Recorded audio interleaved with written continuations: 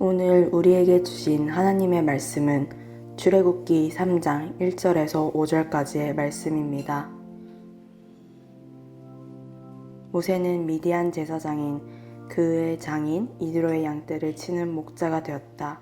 그가 양떼를 물고 광야를 지나서 하나님의 산 호렙으로 갔을 때에 거기에서 주님의 천사가 떨기 가운데서 이는 불꽃으로 그에게 나타났다. 그가 보니 떨기에 불이 붙었는데도 그 떨기가 타서 없어지지 않았다. 모세는 이 놀라운 광경을 좀 더 자세히 보고 어째서 그 떨기가 불에 타지 않는지를 알아보아야 하겠다고 생각하였다. 모세가 그것을 보려고 오는 것을 보시고 하나님이 떨기 가운데서 모세야 모세야 하고 그를 부르셨다. 모세가 대답하였다. 예, 제가 여기에 있습니다. 하나님이 말씀하셨다. 이리로 가까이 오지 말아라. 내가 서 있는 곳은 거룩한 땅이니 너는 신을 벗어라. 아멘. 하나님의 말씀입니다. 아멘.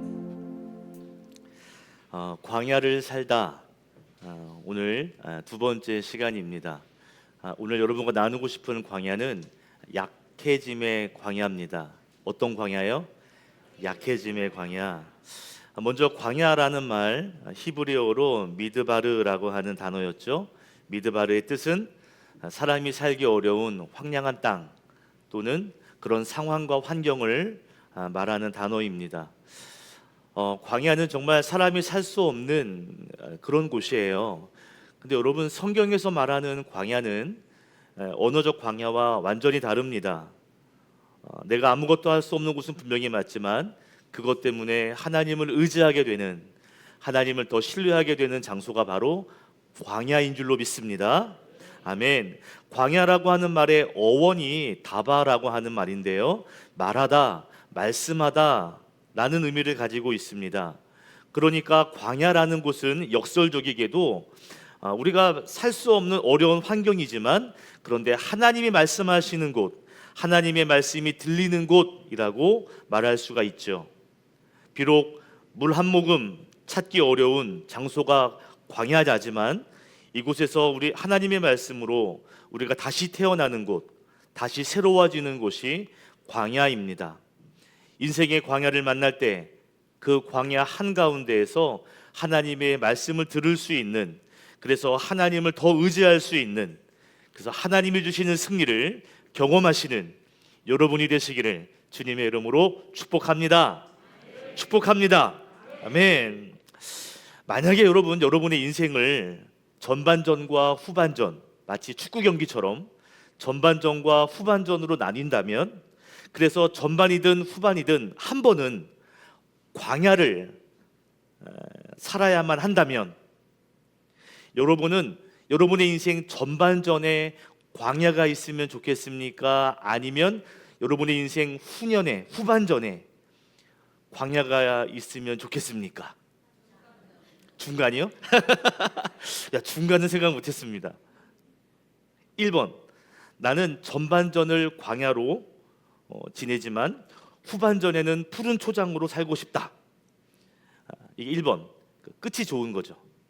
2번, 나는 전반전은 푸른 초장으로 살다가 후반전은 광야로 살고 싶다. 끝이 구린 삶이겠죠. 여러분은 1번과 2번 몇 번을 선택하시고 싶으세요? 1번? 맞아요. 전반 광야가 또 후반 광야가 있다면 차라리 전반 광야가 나을 겁니다. 물론 광야가 없으면 좋겠지만 꼭 광야를 지나야 한다면 끝이 좋은, 그죠? 전반에 광야를 먼저 살고 나중에는 푸른 초장에서 그림 같은 집을 짓고 그렇게 살기를 원하실 거예요. 근데 여러분, 모든 사람이 다 이걸 원하잖아요. 그런데 오늘 성경에 등장하는 모세의 인생은 거꾸로입니다. 그의 인생 후반전에 광야가 펼쳐집니다. 아니, 보다 정확하게 말하면 인생 3분의 2 후반을 광야 인생으로 산 사람이에요. 모세가 120살을 살아서 40년, 40년, 40년씩 이렇게 해서 3쿼터로 나눌 수 있거든요. 근데 태어나면서부터 40세까지는 1쿼터는요 이집트의 왕자로 살았습니다. 근데 2쿼터부터 40세부터 80세까지는 미디안 광야에서, 그리고 인생의 3쿼터인 80세에서 120세까지는 이스라엘 백성들과 함께 가나안 땅 들어가기 전에 광야를 헤매게 되죠. 그러니까 모세의 인생의 후반 3분의 2는 광야 인생이었습니다. 그런데 여러분, 모세의 3분의 1에 해당하는 1쿼터, 모세의 출생부터 그의 삶을 40세까지의 삶은 굉장히 멋진 인생이었죠. 먼저 우리 모세의 출생을 출애굽기 2장 2절에서 살펴보겠습니다. 시작.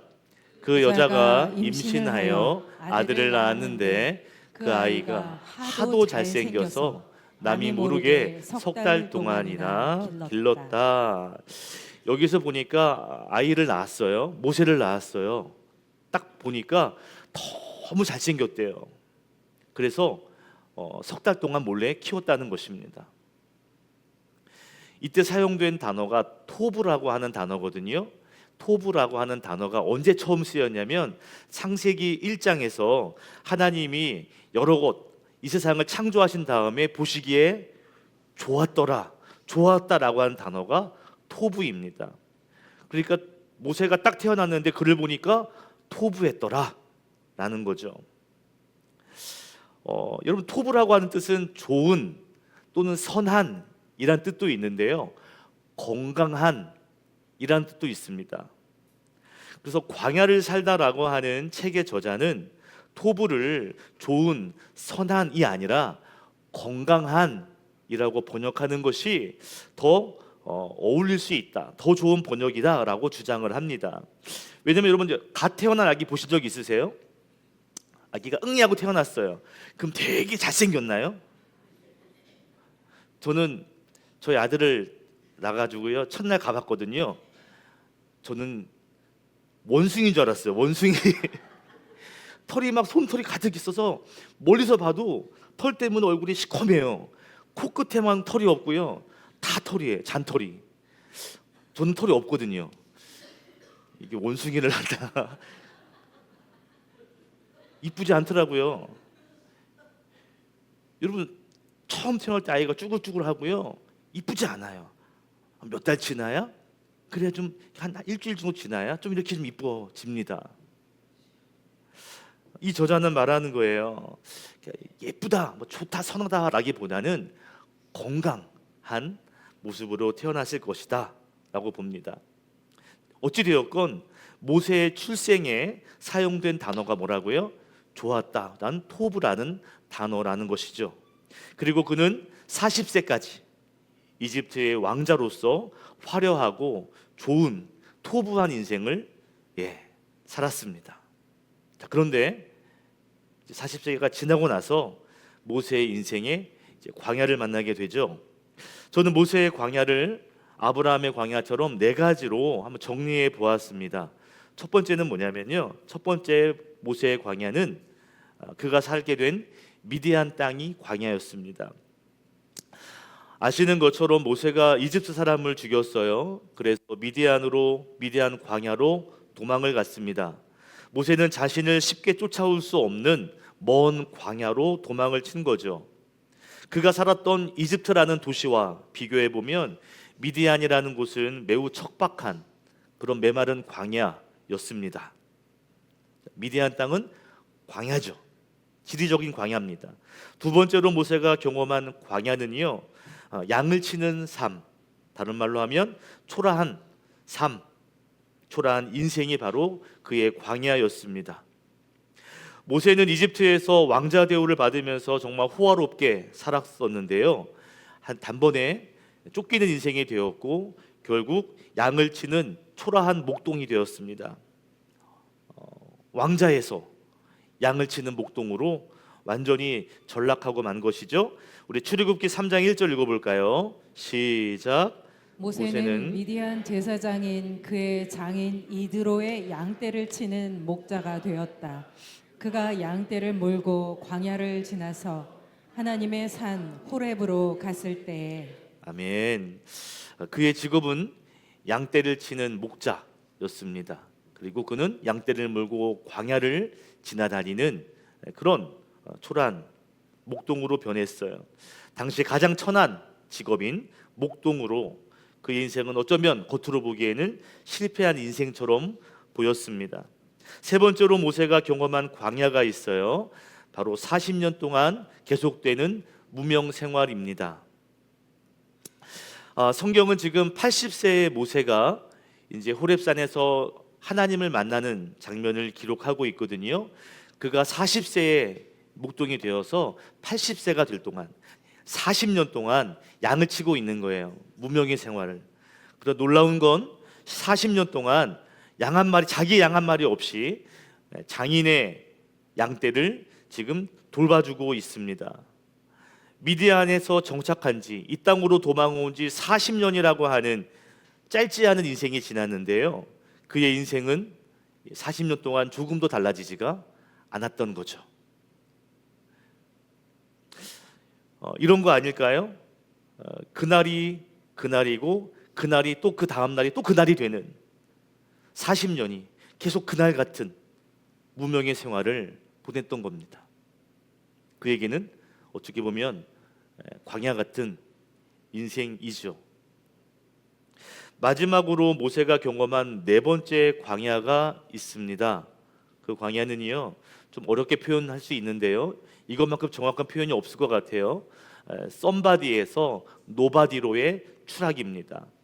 썸바디라고 하는 것은 중요한 사람, 대단한 사람을 말하고요, 노바디는 보잘것없는 사람을 의미합니다. 그는 굉장히 중요했던, 대단했던 사람이었습니다. 그런데 한순간에 그는 보잘것없는 사람이 되었어요. 이것이 그 인생 가운데 광야였습니다. 그는 한동안 이집트에서 특별한 인생을 살았어요. 대단한 사람으로 살았습니다. 그런데 미디안으로 도망친 이후에 아무도 그를 인정하지 않는 노바디 인생, 보잘것없는 인생으로 추락하고 말았습니다. 아브라함처럼 모세의 광야도 하나만 있는 것이 아니라 여러 개의 광야 더하기 광야, 즉 복합 광야를 그가 살아가고 있었습니다. 그가 환경적으로, 지리적으로, 정서적으로, 그리고 가지고 있는 직업과 여러 가지 자기 상황이 광야 더하기 광야였습니다. 오늘 말씀의 제목처럼 모세는 여러 면에서 지금 약해짐의 광야를 지나고 있어요. 자, 그럼 여러분, 오늘 제목처럼 약해짐이 광야가 될 수 있을까? 어떻게 생각하세요? 내가 약해져요. 그게 내가 느끼는 광야일 수 있을까요? 광야일 수 있습니다. 모세는 이집트 왕자로 떵떵거리며 살았습니다. 단 한 번의 실수로 그는 미디안 광야로 도망자가 되었어요. 미디안에서 40년 동안 그는 양치는 목동으로 살게 됩니다. 아마 그가 40살에 미디안에 왔을 때 80세까지 내가 이런 생활을 할 거야 라는 건 아마 꿈에도 생각하지 않았을 거예요. 모세의 인생은요, 이집트의 왕자라고 하는 썸바디에서 미디안 광야에서 양을 치는 목자로, 그것도 남의 양이나 돌보는 목자로, 노바디로 추락하고 말았습니다. 그는 40년 동안 처가살이를 하며 눈치를 보며 광야를 경험하고 있는 거죠. 여러분, 우리 인생에서도 약해짐의 광야를 경험할 때가 있는 것 같아요. 이런 약함이 있습니다. 약해짐이요. 나는 그대로인 것 같아요. 그런데 주변의 사람들은 막 승승장구해요. 나는 그대로인 것 같아요. 근데 옆에 사람은 잘 풀리고 잘 나가요. 나보다 더 많이 벌어요. 나는 그대로예요. 그럴 때 상대적으로 느껴지는 상대적 광야, 상대적 약해짐을 우리는 경험하게 됩니다. 또 내 스스로가 약해지거나 내 지경이 좁아지거나 어려움을 겪게 되는 이런 현실적인 약해짐도 우리는 경험하게 돼요. 우리 그때마다 우리는 그 나의 약해짐이 광야라고 느껴집니다. 어떤 중년 여성이 있었습니다. 그녀는 오랫동안 가정을 위해 헌신했어요. 자녀도 잘 키웠습니다. 뿐만 아니라 직장 생활도 열심히 했어요. 누구보다 열심히 살았습니다. 누구보다 가정에 헌신했습니다. 근데 어느 날 갑자기 이유가 없이 몸이 뜨거워져요. 부채질을 하게 돼요. 조그만 말 한마디에 감정이 막 요동하게 됩니다. 예전에는 머리만 대면 잤는데 자꾸 깨요. 그리고 예전처럼 몇 시간을 자면, 예전에는 피곤이 싹 사라졌는데 아니 몇 시간을 자도 피곤이 풀리지 않아요. 힘이 나지 않아요.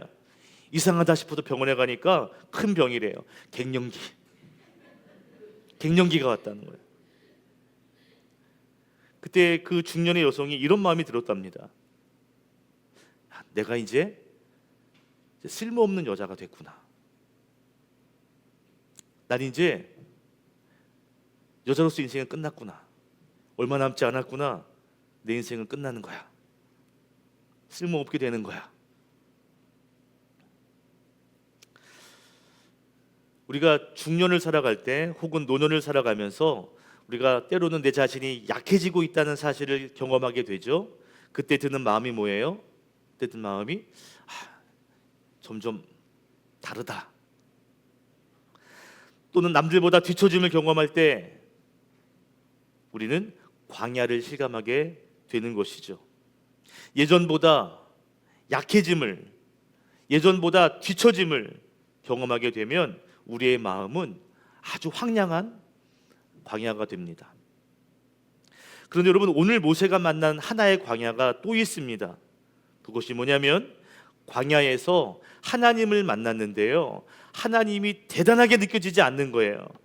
저는 이것을 이름하기에 영적 광야라고 말하고 싶어요. 오늘 나누고 싶은 핵심 메시지가 하나 있습니다. 첫 번째는 광야는 작아 보이는 하나님의 일하심을 경험할 수 있는 곳이다 라는 거예요. 광야는 작아 보이는 하나님 또는 하나님의 일하심을 경험할 수 있는 곳 또는 경험하는 곳, 이것이 광야입니다. 자, 보세요. 모세가 80세가 됐거든요. 그때 하나님께서 모세에게 찾아오셨습니다. 근데 그 모습이 대단했죠. 그죠? 떨기나무, 딸기 아니에요? 떨기나무에 불이 붙었는데 나무가 타지 않고 그대로 있어요. 불타는 떨기나무. 우리 2절과 3절 읽겠습니다. 시작. 거기에서 주님의 천사가 떨기 가운데서 이는 불꽃으로 그에게 나타났다. 그가 보니 떨기에 불이 붙는데도 그 떨기가 타서 없어지지 않았다. 모세는 이 놀라운 광경을 더 자세히 보고 어째서 그 떨기가 불에 타지 않는지를 알아보아야 하겠다고 생각하였다. 우리가 이제 불붙은 떨기나무 그 앞에 서 있는 모세, 그 이미지를 한번 생각해 보면 대단한 이미지라고 생각하잖아요.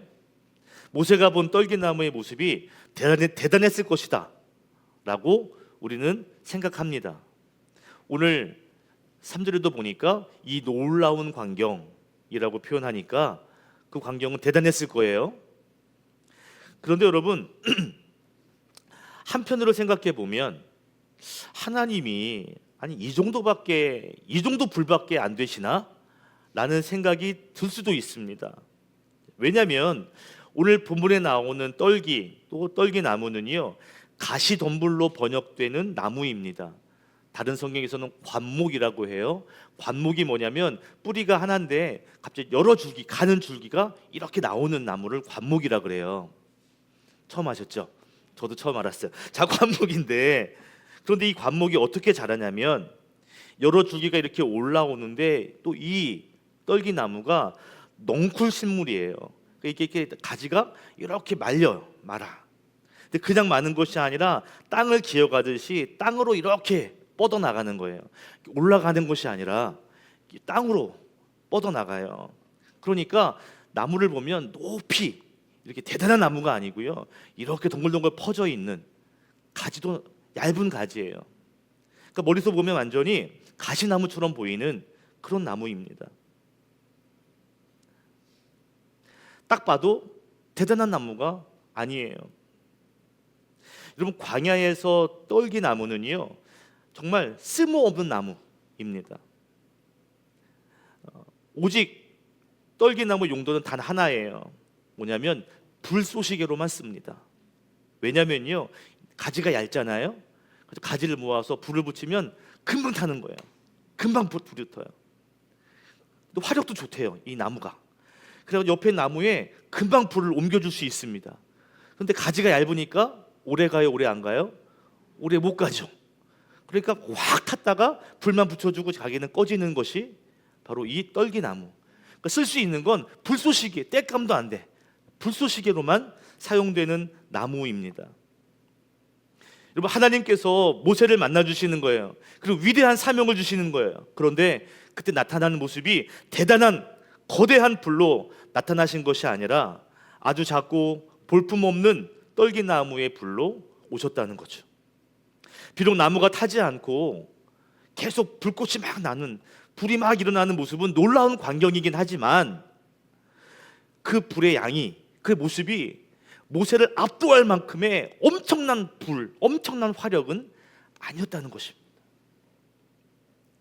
여러분, 떨기나무에 불이 붙는 모습 엄청난 모습이긴 하지만, 대단하지만 아주 엄청나지 않았다는 것을 확신하는 것은요 그 뒤에 모세의 반응을 보면 알 수가 있어요.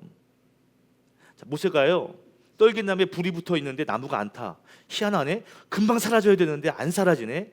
그러면서 가까이 가서 봅니다. 성경에 보면 더 자세히 보려고 떨기나무 앞으로 다가갔다. 떨기가 불에 타지 않는 이유가 왜인지 알아보기 위한 생각으로 그 나무, 그 불 앞으로 다가갔다는 거예요. 여러분, 생각해 보세요. 하나님이 임재, 하나님의 불이 어마어마했다면 그러면 가까이 갈 생각을 못 해요. 그렇지 않을까요? 정말 어마어마한 불이 막 확 타오르면요 그 자리에서 그냥 납작 엎드려서 큰일 나지, 이런 마음일 거라고요. 그런데 내가 그 불 앞에 가서 한번 봐야 되겠다, 이게 무슨 일이야? 가서 볼 정도면 그 불은, 화력이 대단한 불은 아니었다는 거죠. 여러분, 모세는 광야에서 엄청난 하나님의 능력을 경험한 것은 아닙니다. 물론 기적은 기적이지만 자신의 인생을 송두리째 바꿀 수 있는 그 정도의 기적은 아니었던 거예요. 여러분, 정말 모세가 불 앞에 섰을 때 하나님 말씀하시잖아요. 뭐라고 말씀하셔요? 모세야, 모세야, 너 신발을 벗어라. 그리고 나서 너 내가 이렇게 한 땅에 가서 내 백성을 구원해라 라고 하시죠. 그때 모세가 어떻게 해요? 반응이 뭐예요? 하나님 대단하시죠, 알겠습니다, 제가 무조건 하겠습니다가 아니라 못해요. 말도 못해요. 하나님, 거절하고 또 해야 된다, 또 거절하고 또 거절합니다. 정말 하나님의 불이 어마어마했다면 어떻게 감히 하나님 앞에 거절할 수 있겠어요? 떨기나무의 기적은 모세를 완벽하게 제압할 수 있는, 압도할 수 있는 만큼의 그 정도의 수준은 아니었던 거예요. 여러분, 저는 오늘 말씀을 생각하면서 묵상하면서 이런 생각이 들었습니다. 우리가 인생에서 광야를 만날 때가 있거든요. 광야를 걸어갈 때가 있거든요. 그때 정말 조심할 것이 뭐냐면 하나님의 일하심이 작게 보이는 거예요. 분명히 하나님의 일하심은 대단한 거, 하나님만이 할 수 있는 일이었는데, 그런데 그것이 내가 볼 때는 그냥 작은 것처럼, 별것 아닌 것처럼 여겨질 때가 있다는 거죠. 여러분, 그걸 조심해야 합니다. 분명 하나님이 일하시면 알겠어요. 이건 하나님이 일하심이야. 그런데 내 인생을 완전히 바칠 만큼, 내 인생을 송두리째 바꿀 만큼의 임팩트로 느껴지지 않는 거예요. 그래, 임하셨지? 나도 이 정도 하면 되지? 적당하게. 광야에서 하나님을 온전히 의지하지 못하고요, 적당하게 살아가는 인생, 너무 조심해야 되는 신앙의 모습이라는 것이죠. 하나님을 경험해요. 하나님을 느껴요. 근데 자신의 인생을 바꿀 정도는 아니었던 거예요. 하나님을 만났어요.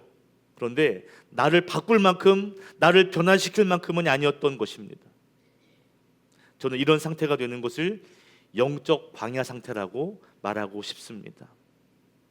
여러분, 영적 광야의 성도가 되는 것 가장 조심해야 되는 광야인 줄로 믿습니다. 여러 광야가 있어요. 그런데 내가 영적으로 메말라가는 건 정말 조심해야 되는 겁니다.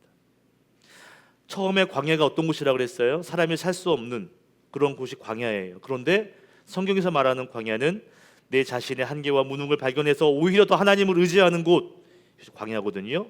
그런데 한편으로 내가 아무것도 할 수 없는 그 광야에서 하나님을 보지만 하나님이 작게 여기는 곳 또한 광야가 될 수 있다는 것입니다. 영적으로 오해하게 되는 곳이 광야일 수 있어요. 많은 사람들이 광야라는 곳에서 하나님을 작게 여기고 하나님을 작게 해석하는 경향이 있다는 겁니다. 저는 여러분이 인생의 광야를 지나갈 때 하나님을 크게 볼 수 있기를, 그리고 하나님 일하심을 크게 해석할 수 있기를 주님의 이름으로 축복합니다. 하나님의 임재에 민감할 수 있는 여러분이 되시기를 바랍니다. 대단해야 임재고 작게 임재는 임재가 아닌 그런 것이 아니라 하나님이 역사하시는 자리, 하나님이 함께 하시는 자리에 민감할 수 있는, 감동할 수 있는 여러분이 되시기를 바랍니다. 비록 작은 떨기나무에 붙은 불이라 할지라도 그 가운데 역사하시는 하나님께 민감할 수 있는, 여러분의 인생을 바칠 수 있는 삶이 되기를 축복합니다. 축복합니다. 자, 그렇다면 우리는 또 광야에서 어떤 태도로 살아야 될까? 오늘 두 번째로 여러분과 나누고 싶은 교훈이 있습니다. 하나님의 꿈 또는 하나님의 비전을 품는 것입니다. 하나님의 꿈, 하나님의 비전을 내가 품는 거예요. 그러려면 나의 방식, 나의 꿈, 나의 것들을 비워야 합니다. 내려놓아야 합니다. 그래야 하나님의 꿈을 채울 수가 있는 거예요. 하나님께서 모세를 부르시죠. 그리고는 신을 벗어라 하셨습니다. 신을 벗어라. 너가 서 있는 땅 거룩한 땅이니 너 신을 벗어라. 여러분, 신을 벗는 행위, 거기에 의미가 여러 가지가 있습니다. 첫 번째는 하나님 앞에서 자신을 낮추는, 그리고 하나님의 거룩함을 인정하는 태도이기도 합니다.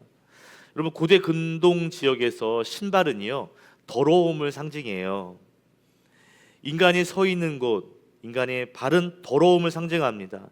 그래서 인간이 서 있는 땅이 하나님의 임재로 인해 거룩한 곳이 되었기 때문에 모세는 신을 벗고 겸손함으로 하나님께 나아가야 했습니다. 그러니까 신을 벗는다는 것은 하나님 앞에 나를 낮추는 것이고 겸손함을 뜻하는 거죠. 그런데 신을 벗는다는 의미가 또 하나가 있습니다. 겸손과 함께 복종 또는 순종의 의미가 담겨 있어요. 먼저 여호수아서 5장 15절을 읽어볼까요? 자, 시작. 주님의 군대 사령관이 여호수아에게 말하였다. 네가 서 있는 곳은 거룩한 곳이니 너의 발에서 신을 벗어라. 여호수아가 그대로 하였다. 아멘. 여호수아가 하나님이 보내신 천사를 만납니다. 신을 벗으라고 하니까 신을 벗어요. 여기서 신을 벗는다는 것은 복종과 순종을 표현하는 것입니다. 신을 벗는다는 것. 세 번째 또 뜻이 있는데요. 신을 벗는다는 것은 자신의 권리를 포기한다는 의미입니다. 여러분, 신발은 당시에 권리를 상징하기도 했어요. 권리. 근데 신을 벗으래요. 그럼 권리를 포기하라는 것이죠. 권리를 포기하는 내용이 우리 신명기 25장에 있습니다. 9절의 말씀을 함께 읽어볼까요? 시작. 홀로 남은 그 형제의 아내가 장로들이 보는 앞에서 그에게 나아가서 그의 발에서 신을 벗기고 그의 얼굴에 침을 뱉으면서 말하기를 제 형제의 가문 세우기를 원하지 않는 사람은 이렇게 된다 하십시오. 아멘. 여기에서 남은 형제 아내예요. 남편이 죽었어요. 유산을 받아야 돼요. 자신의 신을 벗김으로써 또는 침을 뱉음으로써 그 유산을 포기한다는 것을 의미합니다. 그러니까 신을 벗는다는 것은 당연한 자기의 권리를 포기한다라는 의미가 담겨 있어요. 하나님은 신을 벗게 함으로써 너의 권리를 포기해 더불어서 나의 꿈과 비전을 품어라 라고 말씀하시는 것입니다. 여러분, 우리가 광야에서 해야 할 일이 있습니다. 나의 권리, 나의 비전과 꿈을 내려놓고 그 안에 하나님의 꿈과 비전을 품는 것입니다. 채우는 것입니다. 광야에서 나를 비우고 하나님을 채우는 장소가 바로 광야인 줄로 믿습니다. 여러분, 기독교의 핵심 뭔지 아세요? 기독교의 핵심은 착하게 사는 게 아니에요. 기독교의 핵심은 참아내는 것이 아니에요. 다른 종교는 참아요. 다른 종교는 자기 마음을 비워요. 불교는 비우는 종교입니다. 다른 종교는 선함을 행하는 종교예요. 근데 기독교는요, 예수님으로 채우는 종교예요. 비움으로 끝나지 않고 참으로 몸으로 끝나지 않고요, 내 안에 예수님을 채우는 거예요. 다른 말로 하면 내가 주인 되는 것이 아니라 예수님이 나의 주인 되는 것이 기독교의 핵심입니다. 주인을 바꾸는 거예요. 나의 기준, 나의 비전, 나의 계획을 내려놓고 더 크신 하나님의 것으로 품어내는 것이, 이것이 기독교의 핵심이고, 하나님은 광야에서 그 작업을 이루시고 결국 우리로 하여금 하나님의 꿈과 비전이 우리로 하여금 완성되게 하시는 줄 믿습니다. 아멘. 결론입니다. 모세가 본 불, 화려한 대단한 불기둥은 아니었어요. 오히려 볼품없는 가시덤불, 아무도 주목하지 않는 작은 떨기나무였습니다. 그러나 하나님의 불은 끊임없이 타오르고 있었고, 그리고 인간이 할 수 없는 초자연적인 기적으로 인하여 그의 사역이 그 안에서 시작되고 있었어요. 모세가 경험한 광야는요, 말씀드린 것처럼 오늘 말씀의 제목처럼 약해짐의 광야입니다. 이집트 왕자에서 초라한 목동으로 젊었던 그가 80세에 무명의 시간을 보내는 그런 약해짐을 경험하고 있었거든요. 그런데 하나님은 작은 불씨지만 분명하게 역사하셨고요, 그리고 모세가 있는 그 곳에 임재하셨고 모세를 만나주셨고, 그리고 하나님의 꿈을 모세에게 전가해 주었습니다. 나누어 주었습니다. 그가 세상에 볼 때는 실패자고 도망자고 세상으로부터 잊혀지고 하는 사람이었지만, 하나님의 부르심은 그가 약해진 그 광야에서 다시 시작되고 있다는 것이죠. 하나님은 인생의 광야에서 하나님의 꿈과 그분의 계획을 우리에게 부여하시고 맡기십니다. 그러므로 광야는 꿈을 잃는 곳이 아니라 하나님의 꿈을 다시 품는 장소인 줄로 믿습니다. 모세는 멋진 장소, 토부가 있는 장소에서 하나님을 만나고 변화된 것이 아니에요. 비록 어렵지만 슬프지만 인생의 광야에서 하나님을 만났고 하나님의 비전을 품게 되었습니다. 하나님, 내 인생에 토부만 있게 해주세요가 아니라, 기도의 제목은 하나님, 우리가 광야에서 하나님의 비전을 품고 하나님의 역사를 이루며 살게 해주십시오. 이것이 저와 여러분의 기도의 제목이 될 줄로 믿습니다. 모세는 광야에서 신을 벗음으로써 자기의 방식, 자기의 자격을 내려놓고 하나님의 일하심, 하나님의 꿈을 받아들이는 놀라운 결단을 하였습니다. 광야를 피할 수 없다면 광야를 지나갈 때 하나님의 꿈을 품고 나의 꿈, 나의 뜻, 나의 고집을 내려놓고 하나님의 뜻을 품고 새롭게 시작하시는, 그래서 하나님이 여러분을 통해 놀라운 일들을 이루어 가시는 일들이 여러분의 가정과 일터에 있기를 주의 이름으로 축원드립니다. 축원드립니다. 기도하겠습니다.